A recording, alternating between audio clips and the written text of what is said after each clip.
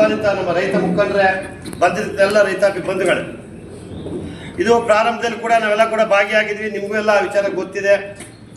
ಅದಾದ ನಂತರ ಸರ್ಕಾರದಲ್ಲಿ ಹಂತ ಹಂತವಾಗಿ ಯಾವ ರೀತಿ ನಮ್ಮೆಲ್ಲ ಮುಖಂಡರು ಹೋರಾಟ ಮಾಡಿ ಅದಕ್ಕೆ ರಾಜಕೀಯವಾಗಿ ಕೂಡ ಶಕ್ತಿ ಕೊಟ್ಟೆಲ್ಲ ಮಾಡಿದ್ವಿ. ಹಲವಾರು ಕಾರಣದಿಂದ ಅದು ಸ್ವಲ್ಪ ತಟಸ್ಥ ಆಯಿತು.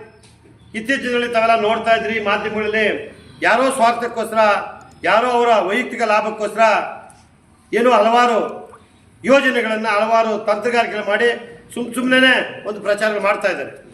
ಇವತ್ತು ರೈತಾಪಿ ಆಗಲೇ ಹೇಳಿದ್ರು, ನಮ್ಮ ನಾನ್ಸಭೆ ಹೇಳ್ತಾ ಇದ್ರು, ಇವತ್ತು ರೈತರು ನಮಗೂ ಬೇಕು, ಏನು ಒಳ್ಳೆ ಅಭಿವೃದ್ಧಿ ಆಗಬೇಕು, ರಾಷ್ಟ್ರೀಯ ಮತ್ತು ಅಂತಾರಾಷ್ಟ್ರೀಯ ಮಟ್ಟದಲ್ಲಿ ನಮ್ಮ ಭಾರತ ದೇಶದ ಒಪ್ಕೊಳ್ಳೋರು ಇಲ್ಲ ಅಂತಿಲ್ಲ. ಎಲ್ಲಿ ಮಾಡಬೇಕು, ಯಾವ್ದು ಮಾಡಬೇಕು ಅದು ಮಾಡಲಿ. ಅದಕ್ಕೆ ಹಲವಾರು ಸಲ ಕೆಲವು ಮುಖಂಡರು ಚರ್ಚೆ ಮಾಡಿದಾಗ ಕೆಲವು ಕಡೆ ಅಧಿಕಾರಿಗಳು ಹೇಳಿದ್ರು, ಅಲ್ಲಿ ಸರ್ಕಾರಿ ಜಾಗ ಜಾಸ್ತಿ ಇದೆ ದಿಬ್ಬೂರಲ್ಲಿ, ಅದಾಪುರಗುಡಿ ಹತ್ರ ಅಂತೆಲ್ಲ ಕೆಲವೆಲ್ಲ ಮಾಹಿತಿ ಕೊಟ್ಟರು. ಚರ್ಚೆ ಮಾಡಲಿ. ಇದುವರೆಗೂ ಕೂಡ ಯಾರಾದರೂ ನಮ್ಮ ಜಿಲ್ಲಾಡಳಿತ ಆಗಲಿ, ತಾಲೂಕು ಆಡಳಿತ ಆಗಲಿ, ಜನಪ್ರತಿನಿಧಿಗಳು ಬಂದು ನಿಮ್ಮ ಹತ್ರ ಮಾತಾಡಿದಾರಾ? ಮತ್ತೆ ಇನ್ನೇನು ಮಾಡ್ತಾರೆ ಇವರು? ಈಗ ಬೇಕು ಜಮೀನು, ಕೈಗಾರಿಕೆ ಮಾಡಬೇಕಿಲ್ಲ ಅನ್ನೋ ಬೇಡಂಗಿಲ್ಲ. ಬಂದು ಸಾಧಕ ಬಾಧಕಗಳನ್ನ ಚರ್ಚೆ ಮಾಡಿ ರೈತ ಮುಖಂಡ ಇಲ್ಲ ಏನು ರೈತರು ಬಂದು ಅವ್ರನ್ನ ಹೊಡೆದಾಕ್ತಾರ, ಸಾಯಿಸ್ಬಿಡ್ತಾರ? ಯಾಕೆ ಬಂದು ಮಾತಾಡಲಿಲ್ಲ? ಬರೀ ರಾಜಕೀಯ ಬಣ್ಣ ಕಟ್ಕೊಂಡು ಸ್ವಾರ್ಥಕ್ಕೋಸ್ಕರ ಬಲಿಪೈ. ಇನ್ನೊಂದು ಪ್ರಪಂಚಕ್ಕೆ ಗೊತ್ತು ರೈತನ ಒಗ್ಗಟ್ಟಿಲ್ಲ ಅಂತ. ಅದನ್ನು ಪ್ರೂವ್ ಮಾಡೋಕ್ಕೆ ನಾನು ಒಗ್ಗಟ್ಟಾಗಿ ಆಗ್ಬೇಕು. ಚುನಾವಣೆ ಏನಾಗಲಿ, ಚುನಾವಣೆ ಬರ್ತಾರೆ ಹೋಗ್ತಾರೆ, ಜನ ಇಷ್ಟ ಜನಪ್ರತಿನಿಧಿ ಮಾಡ್ತಾರೆ, ಸೋಲ್ಸ್ತಾರೆ, ಗೆಲ್ತಾರೆ, ಅದು ಬೇರೆ ವಿಷಯ. ಇವತ್ತು ರೈತರ ಇವತ್ತು ನಾವೆಲ್ಲ ಹೇಳ್ತೀವಿ, ಇವತ್ತು ಕೂಡ ದೊಡ್ಡ ಅನ್ನದಾತಕ್ಕಿಂತ ದೊಡ್ಡ ದೇವರು ಯಾರು ಇಲ್ಲ ಅಂತ ಹೇಳ್ತಾರೆ. ನೋಡಿರ್ಬೋದು ಪೇಪರಲ್ಲಿ. ಯಾರು ಅನ್ನದಾತ? ಮತ್ತೆ ನಾವೆಲ್ಲ ಭಾಷಣ ಹೊಡಿತೀವಿ.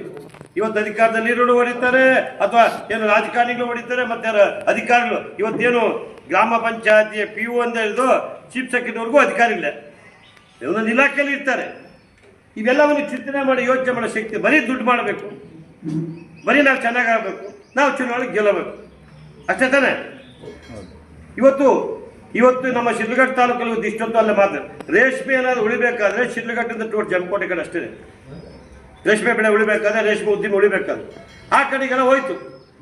ಜಾಪುರಗುಡಿದ ಆ ಕಡೆ ಎಲ್ಲನೂ ಏನು ಫ್ಲೋರಿಕಲ್ಚರ್, ಹೂವು ತರಕಾರಿ ಬಿಟ್ಟರೆ ರೇಷ್ಮೆ 100% ಇರೋದು ಅಣ್ಣ. ಇನ್ನು ಇದೆಲ್ಲ ಕಿತ್ಕೊಂಡ್ಮೇಲೆ ಇನ್ನು ರೇಷ್ಮೆ. ಇವತ್ತು ಶಿಡ್ಲಘಟ್ಟದಲ್ಲಿ ಅವತ್ತು ಬಸವರಾಜ ಬೊಮ್ಮಾಯಿ ಅವರು ನಮ್ಮ ಸುಧಾಕರ್ ಇದ್ದಾಗ ನಾರಾಯಣಗೌಡ ಶಿಡ್ಲಘಟ್ಟಕ್ಕೂ ಕರೆಸಿದ್ವಿ. ಅವರು ಅವತ್ತೇ ಕ್ಯಾಬಿನೆಟ್ನಲ್ಲಿ 75 ಕೋಟಿ ರೂಪಾಯಿ ಅಂತೇಳಿ ಹೈಟೆಕ್ ಬಗ್ಗೆ ಅನೌನ್ಸ್ ಮಾಡಿದ್ರು. ಆಮೇಲೆ 105 ಕೋಟಿ ಹಾಗೆ ಸಂತೋಷ ಮಾಡಿದ್ರು. ಇವತ್ತು ಉದ್ದಿಮೆ ಇದ್ದಾಗ ಏನು ಮಾಡ್ತೀವಿ ನೀವು? ಅಷ್ಟೊಂದು ದೂರದೃಷ್ಟಿ ಯೋಚನೆ ಮಾಡಲಿ. ಶಿಡ್ಲಘಟ್ಟ ತಾಲೂಕಲ್ಲಿ ಇಂಡಸ್ಟ್ರಿ ಮಾಡಬೇಕಾದ್ರೆ ಇವತ್ತು ಫಾರ್ ಎಕ್ಸಾಂಪಲ್ ದೊಡ್ಡಬಳ್ಳಾಪುರ ಕುಡುಂಬಕುಂಟೆಯಲ್ಲಿ ಆಂಧ್ರ ಬಾರ್ಡರ್ ಮಾಡಿದ್ದಾರೆ. ಕುಡುಂಬಕುಂಟೆ 3 ಫೇಸ್ ಅಲ್ಲಿ ಬೋರ್ಗಳು ಹಾಕಿಲ್ಲ, ಅದು ವ್ಯವಸಾಯನೇ ಇಲ್ಲ. ಗೋರಿಬಿತ್ತು. ಆಮೇಲೆ ಇಲ್ಲಿ ನಮ್ಮ ಬಸ್ಟ್ಯಾಂಡ್ ಮಾಡಿದ್ರು. ಅವನು ಫಸ್ಟ್ 17 ಲಕ್ಷ ರೂಪಾಯಿ ಕೊಟ್ಟರು. ಆಮೇಲೆ ನಾವು MLA ಸದ್ದಲ್ಲಿ 22 ಲಕ್ಷ 30 ಲಕ್ಷ ಸೆಟ್ಲ್ ಮಾಡಿದ್ರು. ಅಲ್ಲಿ ಎಲ್ಲ ಇಂಡಸ್ಟ್ರಿ ಆಗಿದೆ, ರೋಡ್ಸ್ ಗಿಡ್ಸ್ ಎಲ್ಲ ಆಗಿದೆ. ಎಷ್ಟು ಫ್ಯಾಕ್ಟ್ರಿ ಬಂದಿದೆ ಸರ್? 2 ಬಂದಿದೆ. ಎಷ್ಟು ಎಕರೆ ಸರ್ ತಗೊಂಡಿರೋದು? ಅಷ್ಟೆಲ್ಲ ಆಯ್ತು, ಓಕೆ ಮಾಡಿದ್ರು. ಜನ ರೈತ ಕೊಟ್ಟರು, ಮಾಡಿದ್ರು, ಅವತ್ತು ಶಕ್ತಿ ಮಾಡಿದ್ರಲ್ಲ. ಅದಾದ್ಮೇಲೆ ನಾನು ಶಿಡ್ಲಘಟ್ಟ ತಾಲೂಕೇ ಮಾತಾಡೋದು, ಬೇರೆ ಮಾತಾಡಕ್ಕೆ ಹೋಗಲ್ಲ. ಮತ್ತೆ ನೋಟಿಫಿಕೇಶನ್ ಮಾಡಿದ್ರು. ಹಲಸೂರು ದಿನ್ನೆ, ಗೋರ್ಬಡುಗು, ಕೇಮುತ್ತುಗದಳ್ಳಿ, ತುಮ್ಮನಹಳ್ಳಿ, ನಿಮ್ಗೆಲ್ಲ ಗೊತ್ತಿರ್ಬೋದಲ್ಲ ನಾಯ್ಕರ. ನೋಟಿಫಿಕೇಶನ್ ಮಾಡಿದ್ರು. ಅಲ್ಲಿ ಕಲ್ಲುಗಳಾಗ್ದಪ್ಪ ಅವ್ರದ್ದು ಇಷ್ಟು ಅದೆಲ್ಲ ಮಾಡಿದ್ರು. ಅದು ನಿಂತೋಯ್ತು. ಯಾಕೆ ನಿಂತೋಯ್ತು?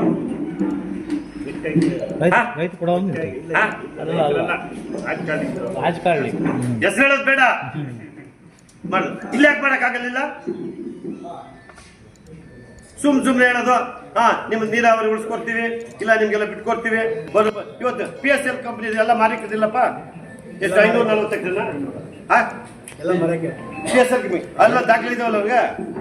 ಅದು ಅಕ್ವಿಸಿಷನ್ ಮಾಡ್ಕೊಂಡ್ರು ನಿಮ್ಗೆ ₹1 ಬರಲ್ಲ.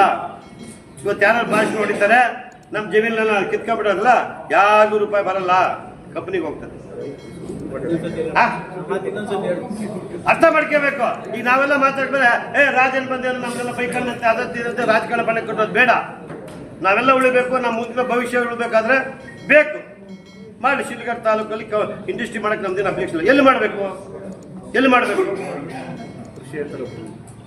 ಬರಡು ಭೂಮಿಯಲ್ಲಿ ಮಾಡಲಿ.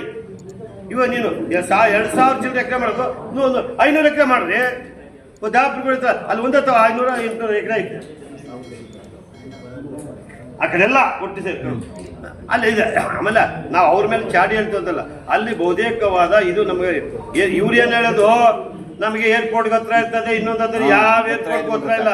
ದೇವನಹಳ್ಳಿ ಹತ್ರ 25 ವರ್ಷದಿಂದ ದೇವನಹಳ್ಳಿಗೆ ದೇವರೆಲ್ಲ ಜಮೀನು ಮಾಡ್ಕೊಂಡು 5 ಲಕ್ಷ 4 ಲಕ್ಷ 3 ಲಕ್ಷ 10 ಲಕ್ಷ ಮಾಡ್ಕೊಂಡು ನೆನ್ನೆದು ಬಂದು ದೇವನಹಳ್ಳಿಗೆ ಹೋಗಿದ್ದೆ ನಾನು. ಇವತ್ತಾರೆ ಆ ಜನ ಅವತ್ತು ತಗೊಂಡವರು ಮಾರಾಟ ಮಾಡಿದವರು ಹಣ ಬಂತು. ಅವತ್ತಿಲ್ಲಿ ಜಮಖಂಡಿ ಕ್ರಾಸಲ್ಲಿ 1 ಲಕ್ಷ ಎಕರೆ ಸಿಗ್ತಾ ಇತ್ತು 25 ವರ್ಷದಿಂದ.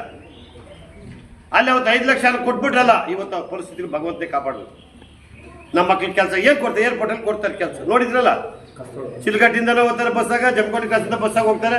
ಪ್ರೈವೇಟ್ ಏಜೆನ್ಸಿ, ಗೌರ್ಮೆಂಟ್ ಕೆಲಸ ಅಲ್ಲ, ಪ್ರೈವೇಟ್ ಏಜೆನ್ಸಿ ಕೊಡ್ತಾರೆ, ಔಟ್ಸೋರ್ಸ್ ಅಂತ ತಗೋತಾರೆ.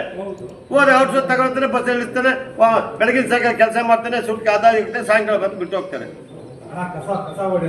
ಅಲ್ಲಿ ನಾವ್ ಹೇಳ್ಬಾರ್ದು ಅಷ್ಟೇ, ಅರ್ಥ ಮಾಡ್ಕೋಬೇಕು.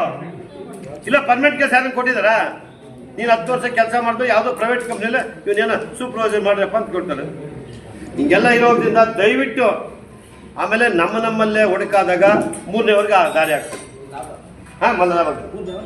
ಇವತ್ತು ಪರಿಸ್ಥಿತಿ ಇದೇ ಮಸ್ತೇನಹಳ್ಳಿ ಆದಾಗ ಸನ್ಮಾನ ಈಗಿನ ಉಸ್ತುವಾರಿ ಸಚಿವರೇ ಇದ್ರು, ಮಾಡಿದ್ರು, ಗಲಾಟೆ ಆಮೇಲೆ ರೇಟ್ ಬೇಕು ಮಾಡಿಕೊಟ್ಟಾಯ್ತು. ಇವತ್ತು ಶಿಲ್ಘಟ್ಟ ತಾಲೂಕಲ್ಲಿ ಅದಕ್ಕೆ ಅಟ್ಯಾಚ್ ಇದೆ, ಮಸ್ತೇನಹಳ್ಳಿ ಇಂಡಸ್ಟ್ರಿಯಲ್ಗೆ ಅಟ್ಯಾಚ್ ಇದೆ ಇರೋದು. ನೋಟಿಫಿಕೇಶನ್ ಮಾಡಿದ್ರು, ಯಾಕೆ ಅದನ್ನ ಮಾಡಲಿಲ್ಲ? ಮತ್ತೆ ಇದ್ಯಾಕೆ ನೋಟಿಫಿಕೇಶನ್ ಮಾಡಿದ್ರು? ಯಾಕೆ ಕೇಳ್ತಾ ಇದ್ದೀರಿ? ನಿಮ್ಗೆ ಕೂತು ಎಲ್ಲಿ ಕೇಳ್ತದೆ? ಒಬ್ಬ ಜನಪ್ರತಿನಿಧಿಗಳಾದವರು, ಉಸ್ತುವಾರಿ ಇರ್ಬೋದು ಅಥವಾ ಸಂಬಂಧಪಟ್ಟ ಮಂತ್ರಿ ಆಗ್ಬೋದು ಅಥವಾ ಜನಪ್ರತಿನಿಧಿಗಳಾಗ್ಬೋದು, ಕೇಳಿದ್ರ ಸದನದಲ್ಲೋ ಇನ್ನೊಂದು ಕಡೆ ಮುಖ್ಯಮಂತ್ರಿಗಳ ಗಮನಕ್ಕೆ ತಂದು ಆಗ್ತದೆ. ಈಗ ನಾವು 100 ಜನ ಮುಖ್ಯಮಂತ್ರಿ